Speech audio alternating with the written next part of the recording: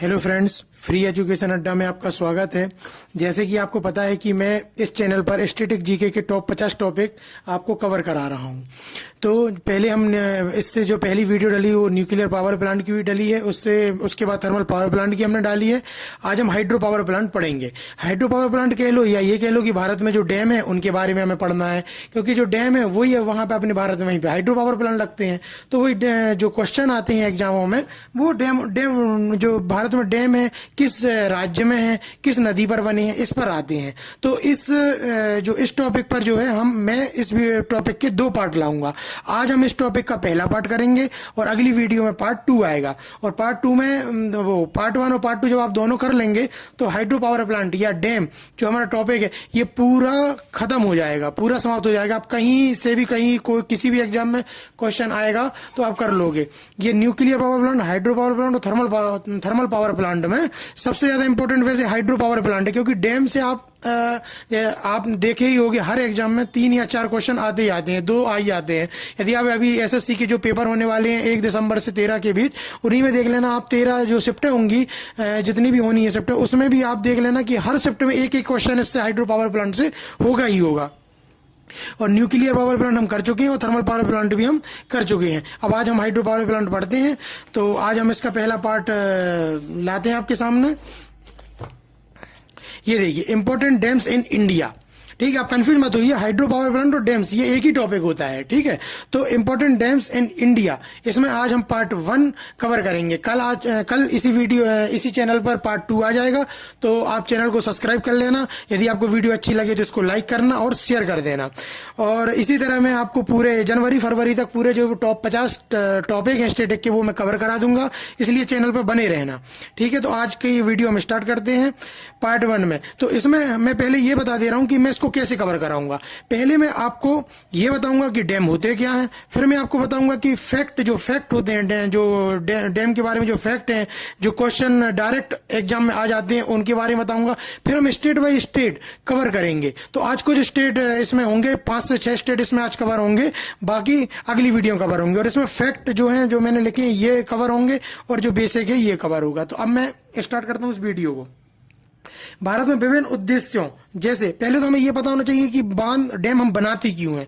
तो भारत में विभिन्न उद्देश्यों जैसे सिंचाई, बाढ़ नियंत्रण, पेयजल आपूर्ति, जल विद्युत उत्पादन, नहर परिवहन, पर्यटन व वन्य जीव संरक्षण आदि की पूर्ति नदी बांध या डैम के तहत की जाती है। ठीक है, तो ये तो आपको पता ही होगा कि जो हमारे डैम बनते हैं उनसे क्या क्या होता है, बाढ़ नियंत्रण भी होता है, पेयजल आपूर्ति होती है, जल विद्युत उत्पादन होता है, यही हम आज का टॉपिक है हमारा हाइड्रो पावर प्लांट। नहर परिवहन भी होता है, नहर भी निकाली जाती है, पर्यटन के लिए हम जाती हैं घूमने के लिए यहाँ पर, वन्य जीव संरक्षण भी होता है, आदि की आपूर्ति नदी बांध डैम के तहत की जाती है।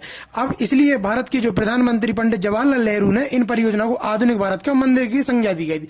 ये कई बार क्वेश्चन आता है कि जवाहरलाल नेहरू ने किन चीजों को आधुनिक भारत के मंदिर कहा गया था। तो जो डैम्स बने थे उस समय हमारे इंडिया में, उनको उन्होंने आधुनिक भारत का मंदिर कहा जाता है। और इसमें स्पेशली जो पूछा जाता है, उसमें पूछा था तो भागड़ नागल जो हमारा डैम बना था, उसको खासकर उसको जो जवाहरलाल नेहरू ने आधुनिक भारत के मंदिर की संज्ञा दी गई थी, या उस समय जो डैम बने थे उनको आधुनिक भारत के मंदिर की संज्ञा दी गई थी।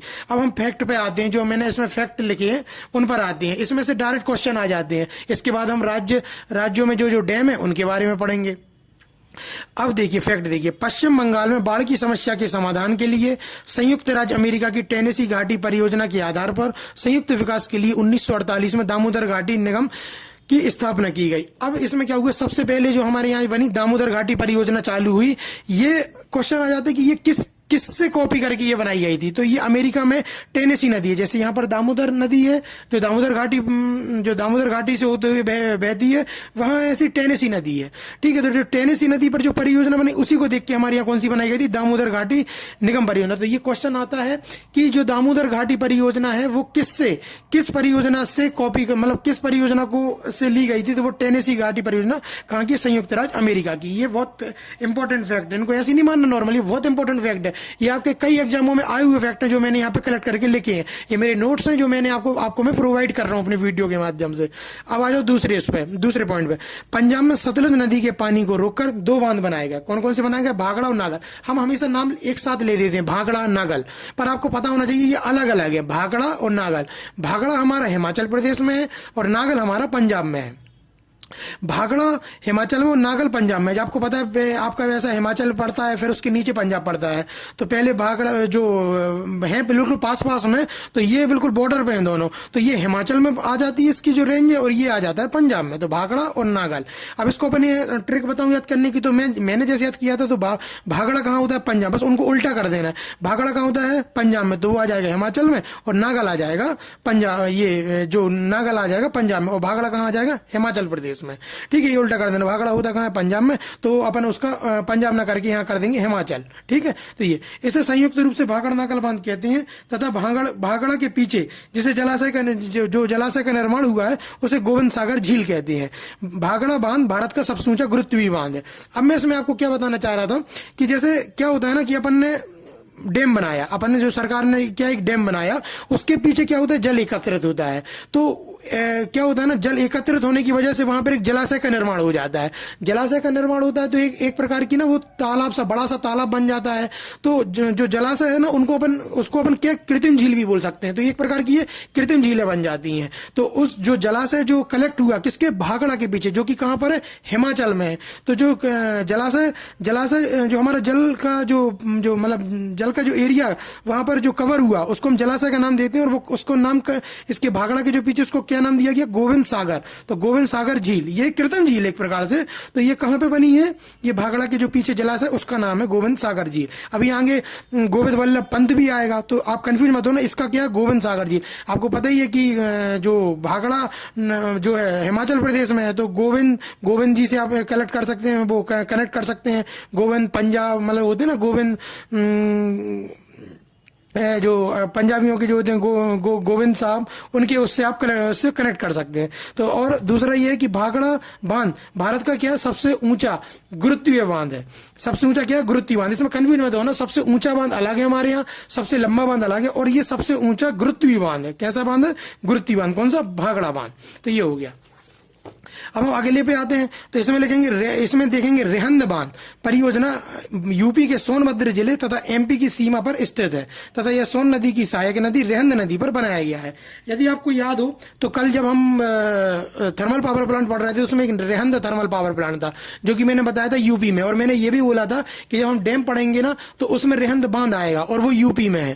ठीक है, तो ये वही आ गया। रेहंद बांध परियोजना यूपी के सोनभद्र जिले तथा एमपी की सीमा पर स्थित है, तथा यह सोन नदी की सहायक नदी रेहंद पर बनाया गया है, तथा इस बांध के पीछे जो जलाशय है उसे गोविंद वल्लभ पंत सागर नाम दिया गया, तथा यह भारत की सबसे बड़ी कृत्रिम झील है। अब मैं यही आपको दूर करना था, वो जो भाखड़ा के पीछे है उसका नाम है गोविंद सागर, और जो रेहंद बांध के पीछे बना है जलाशय उसका नाम है गोविंद वल्लभ पंत सागर। और ये इतना बड़ा है कि ये भारत की सबसे बड़ी कृत्रिम झील है। ये क्या है? भारत की सबसे बड़ी कृत्रिम झील है। जैसे कुछ प्राकृतिक झील है हमारे यहाँ, जैसे हमारे यहाँ कुछ जो है प्राकृतिक झील बनी है, ऐसी कुछ कृत्रिम झील है। तो कृत्रिम झील आदमी मतलब मनुष्यों ने खुद बनाई है।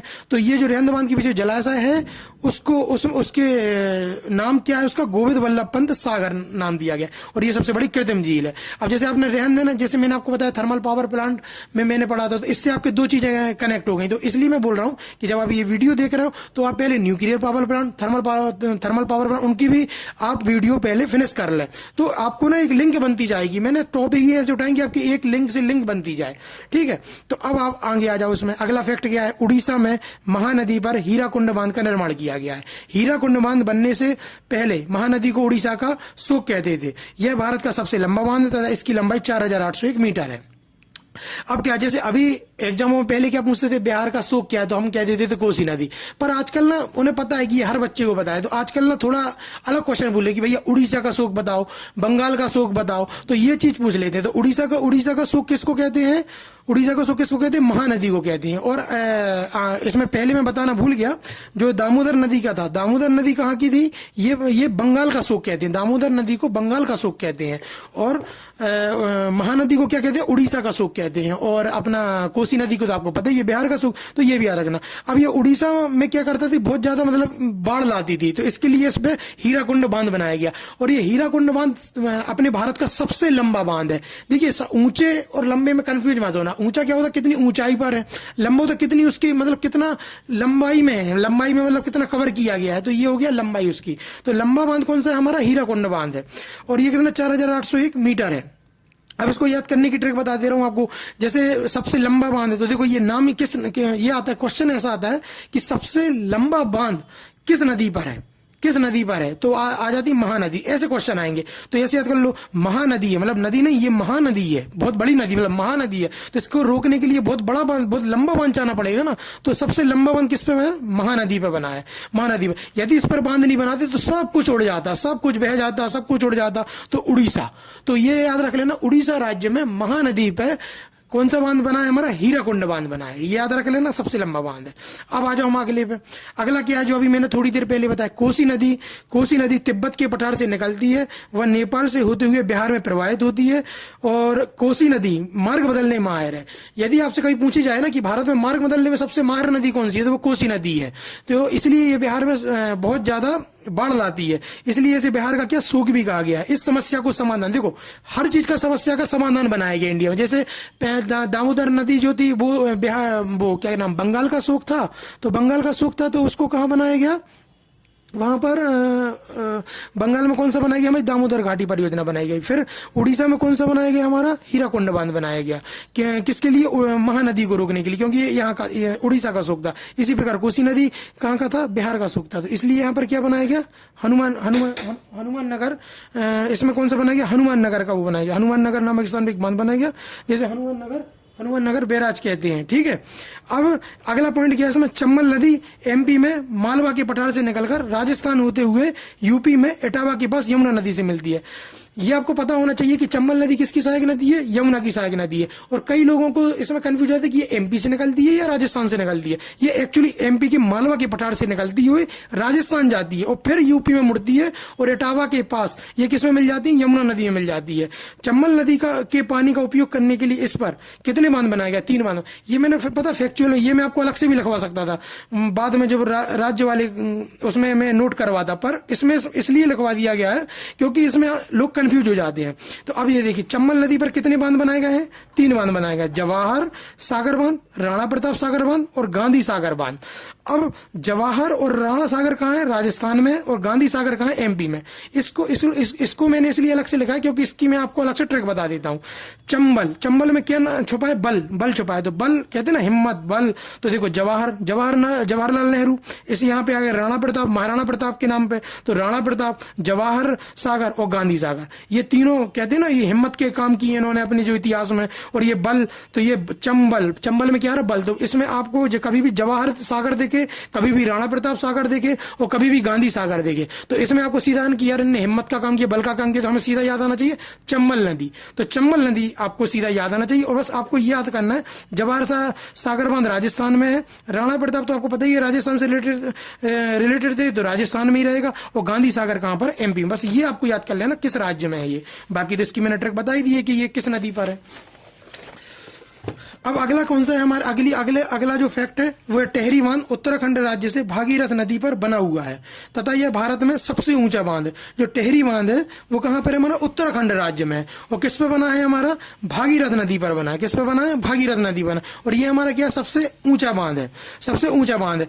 अब क्या है, सबसे अपना लंबा बांध कौन सा था, कौन सा बांध था हमारा, हीराकुंड बांध था, जो किस पे, महानदी बना। और सबसे ऊंचा बांध किस पे बना है, किस पे बना है हमारा, भागीरथ नदी पे बना है। किस पे बना है, भागीरथ नदी पे बना है। किस पे बना है, भागीरथ नदी पे बना है।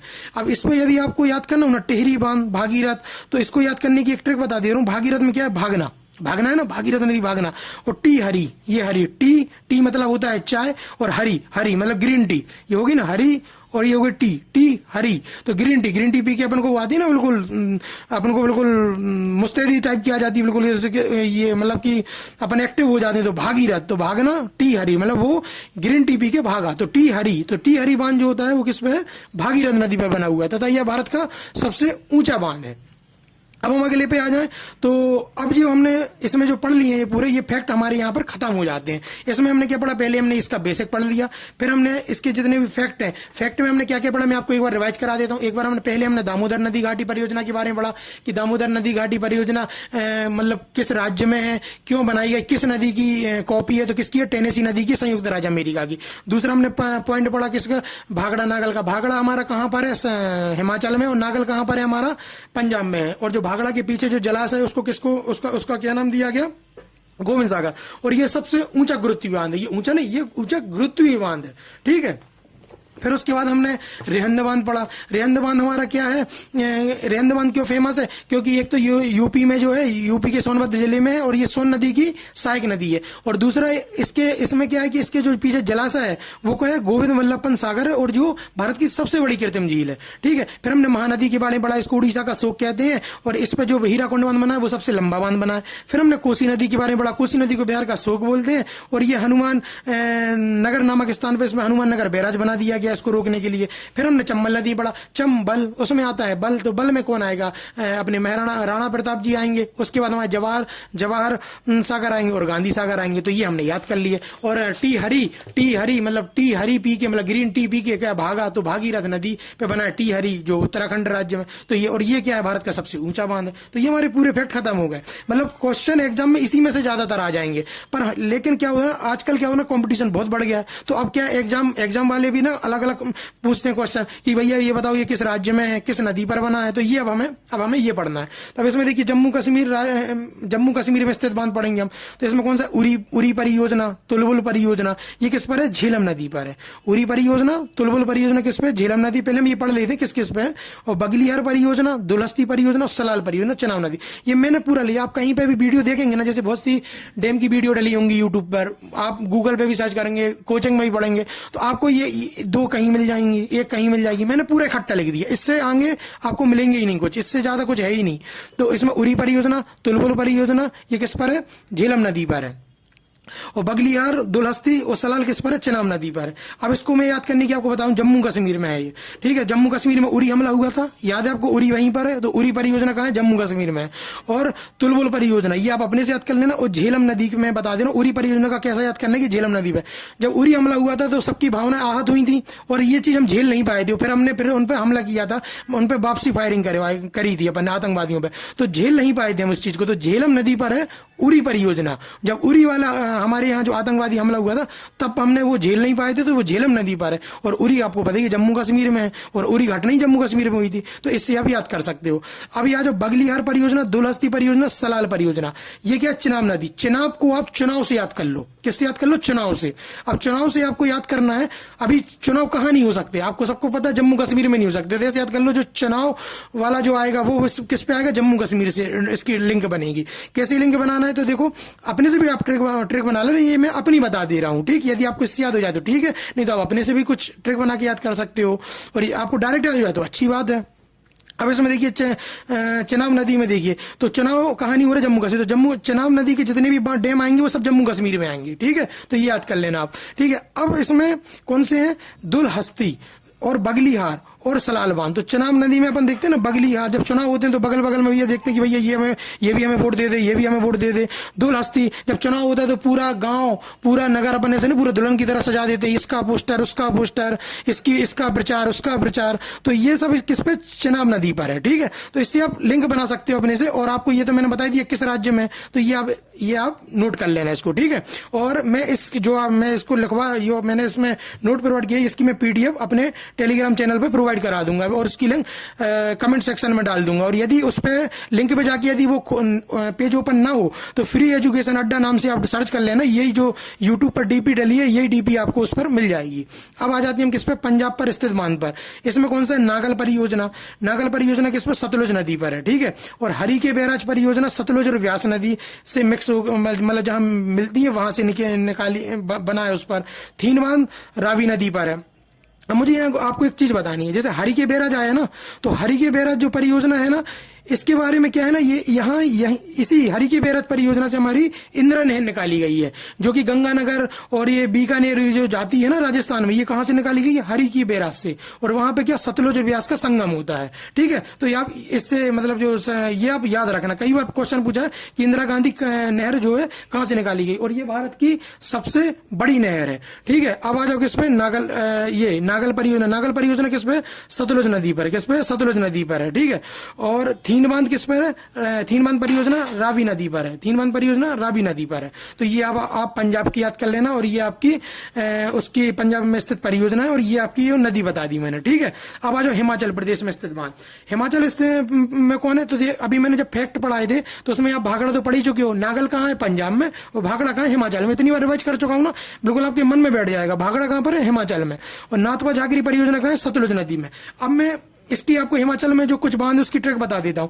हिमाचल में हिमालय, नाथपा, नाथ से आपको किसको आता है? महादेव जी का याद आता है ना, नाथपा, नाथ, ठीक है। तो नाथपा झाकरी परियोजना, अब इसमें नाथपा झाकरी और यहाँ पे पार्वती परियोजना, तो नाथ जी हो गए हमारे, और पार्वती, ये कहाँ? हिमालय पर्वत पे रहते, तो हिमालय से हो गया हिमाचल।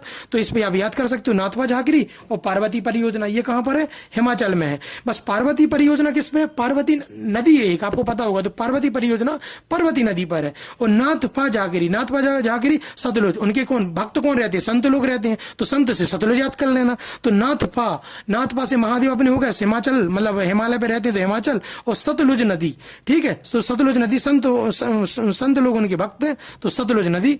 और यह भाखड़ा हमने आपको बता ही दिया था। अब पोंग परियोजना किस पे है? व्यास नदी पर है। और चमेरा परियोजना किस पर है? रावी नदी पर है। और पार्वती परियोजना बता ही चुका हूं, पार्वती, नाथ जी और पार्वती जी किस पे? हिमाचल पे रहते हैं, तो वो हिमालय पे है, तो हिमाचल याद हो जाएगा। इस प्रकार आप इसकी लिंक बना लेना। अब आ जाते हैं उत्तराखंड में। उत्तराखंड में स्थित बांध पे आ जाते हैं। तो इसमें कौन सा है? टी हरी परियोजना, जो कि मैं आपको बता ही चुका हूं। टी हरी, इसको अलग अलग कर दो। टी हरी, तो टी हो गया चाय और हरी हो गया ग्रीन, तो टी हरी, ग्रीन टी पी के वो भागा, तो भागीरथ नदी पर है। तो टी हरी परियोजना भागीरथ नदी में किस पे? उत्तराखंड में स्थित है, ठीक है। फिर आ जाता है धौलीगंगा, ये आप अपने से याद कर लेना। धौलीगंगा परियोजना किस पर है? धौलीगंगा नदी पर है। बस इसको आप याद कर लेना कि उत्तराखंड में। अब इसमें गंगा आता है, तो आपको पता ही गंगा उत्तराखंड में बहती है, तो इससे आप याद कर लेना कि धौलीगंगा भी उत्तराखंड में है। अब इस पे आ जाओ, उत्तर प्रदेश में स्थित बांध पर आ जाओ। उत्तर प्रदेश में स्थित बांध में कौन सा है? माता टीला परियोजना है, लक्ष्मीबाई परियोजना है। एक इस पर है बेतवा नदी, आपको पता ही होगा उत्तर प्रदेश की मेन नदी है बेतवा, मतलब मेन तो नहीं कह सकते पर बहुत बड़ी नदी है बेतवा नदी, ठीक है। तो बेतवा नदी होगी। और रेहंद बांध परियोजना किस पर? रेहंद नदी पे। आपका रेहंद अभी मैंने याद कराया था, इसके पीछे कौन सा? गोविंद वल्लभ पंत सागर, जो सबसे बड़ी कृत्रिम झील है, वो जलाशय बना हुआ है। अब हम आ जाते हैं माता टीला परियोजना और लक्ष्मीबाई परियोजना। इसको याद करने के बताता हूँ मैं ट्रिक। लक्ष्मीबाई आपको पता ही है झांसी की थी, और झांसी कहाँ है? उत्तर प्रदेश में, तो ये तो आप भूलोगे नहीं। लक्ष्मीबाई परियोजना कहाँ है? और आपको याद होगा लक्ष्मीबाई ने एक कह सकते हैं योद्धा का भी एक कैरेक्टर निभाया था और एक माता का भी कैरेक्टर निभाया था। आपको याद है उनका जो पुत्र था दामोदर राव, उनको वो अपने पीछे बांध के और पूरा युद्ध लड़ी है। तो इससे कह सकते हैं उन्होंने एक माता का भी फर्ज निभाया और एक योद्धा का भी फर्ज निभाया। तो यहां से आप क्या है? माता टीला बांध। तो माता से आपको सीधा लक्ष्मीबाई याद आएंगी। तो माता टीला और लक्ष्मीबाई परियोजना कहां पर है? उत्तर प्रदेश में है, ठीक है। और ये किस पे? बेतवा नदी पर है। और फिर इसके बाद रेहंद बांध परियोजना में आपको बता ही चुका हूं। तो रेहंद बांध परियोजना किस पर है? रेहंद नदी पर है। इसी के साथ ये हमारा इसका पार्ट 1 समाप्त होता है। अगली वीडियो में इसका पार्ट 2 लाऊंगा। क्या है टॉपिक? ये बहुत बड़ा है। अगली वीडियो में मैं जो हमारे मध्य प्रदेश में है, हमारे आंध्र प्रदेश में, कर्नाटक में, केरल में है, और जो असम, मतलब असम में जहां जहां भी बांध बने हैं ना हमारे डैम, महाराष्ट्र में, गुजरात में, जितने भी डैम अभी बचे रह गए वो मैं अगली वीडियो में कवर करूंगा। यदि इसी में कर देता तो वीडियो बहुत बड़ी हो जाती, इसलिए मैंने इसके 2 पार्ट बनाए, पार्ट 1 और पार्ट 2। और इसके पहले भी यदि आपने वीडियो नहीं देखी हो तो न्यूक्लियर पावर प्लांट और थर्मल पावर करा चुका हूं।